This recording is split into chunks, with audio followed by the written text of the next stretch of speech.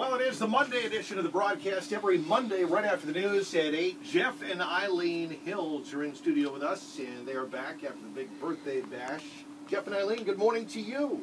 Good morning. Morning, great to see you. Great to see you. How Good to be you back. doing? Yeah, you excited? You're back. Your fans missed you. Yeah, it seems like it's been forever. It does. It was only 1 week, I know. Stop doing that. You can't do that ever again. No, I mean, except for birthday celebrations, absolutely. Well, let's see, you were back today, and one of the reasons, of course, you wanted to take the next day off is you had a big birthday celebration on Sunday, and obviously you needed your rest.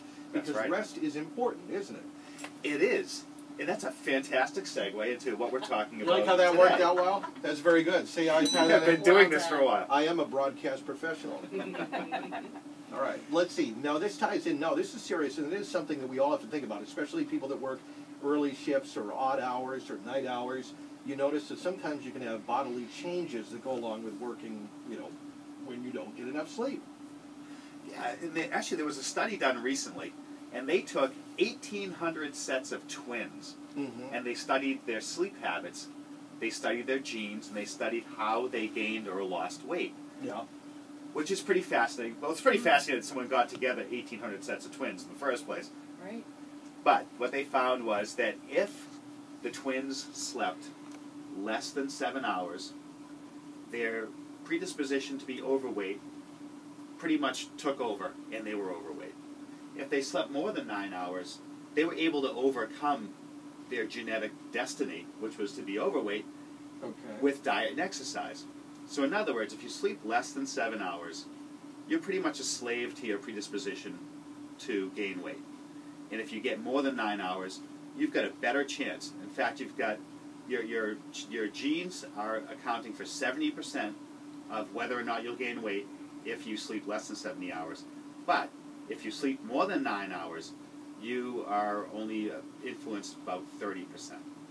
So, in other words, you sleep more than 9 hours, you've got a better chance of losing weight. The bottom line is the math is not in my favor.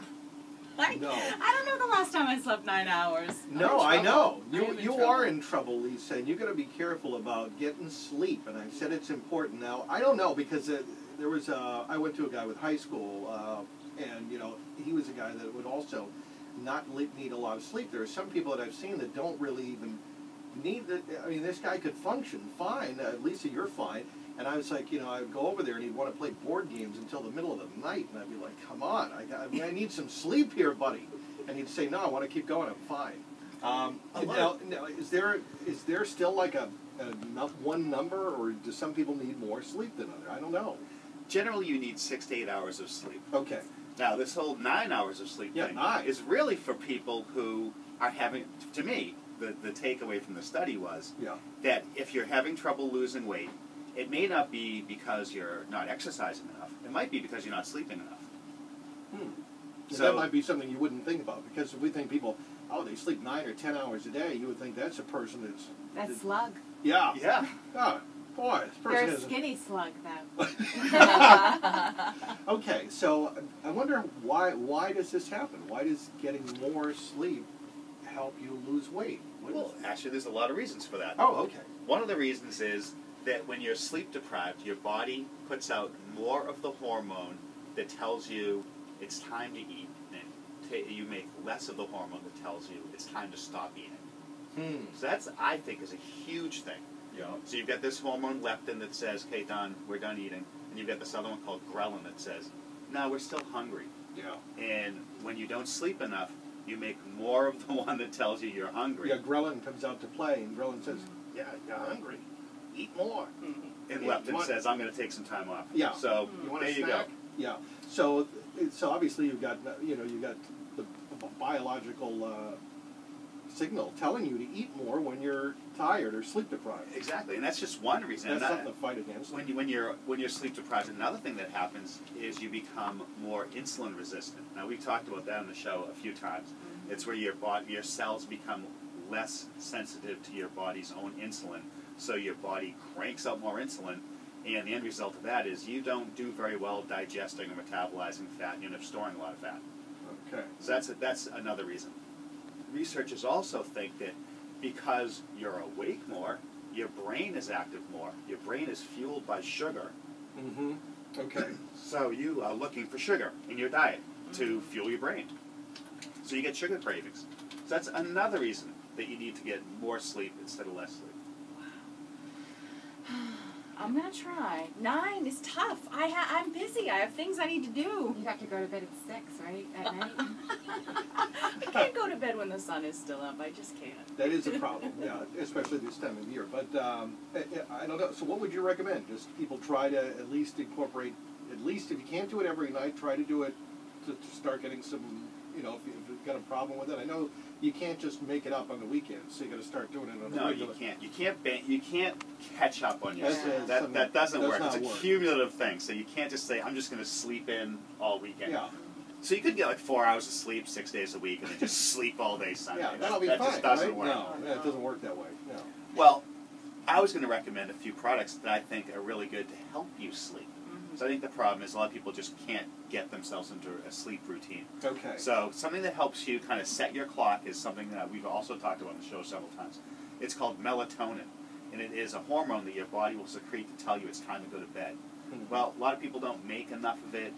A lot of people take medications that might kind of offset your melatonin production. So I would just say just take a melatonin product. We sell supplements that are melatonin. The best of which, I think, is one from a company called Nature's Plus that you spray under your tongue. It's a 1.5 milligram sublingual melatonin spray. Works like a charm. It's our most popular melatonin product. It's easy for people of all ages to take. We have a lot of doctors recommending it to children because we have a lot of parents coming in asking for actually that specific melatonin to spray into your tongue. I think just because people have gotten such great results with it. Yeah. I mean, that's one of those newer things. Doctors recommending melatonin for children. Yeah, it's also come out that melatonin is a cancer preventative. So that's another, just, so you know how safe it is. Wow. Added bonus there. Yeah. Right. So there's that. A lot of people can fall asleep, but they can't stay asleep. So even if they went to bed at the right time, so they could get their 9 hours in, they're going to wake up a couple hours in and just, toss and turn. Yeah. So I think the products that are best for that, to prevent that from happening, are the products that work on your body's GABA. GABA is an amino acid. It's GABA. And I think the best product for that is a product called Eden PM. Very, very effective. You do about half a teaspoon about an hour before bed, and it just helps you sleep all the way through the night. Very, very calming. GABA is an amino acid that tells your brain, let's stop doing what we're doing right now. Let's do less of it. It's an inhibitory neurotransmitter.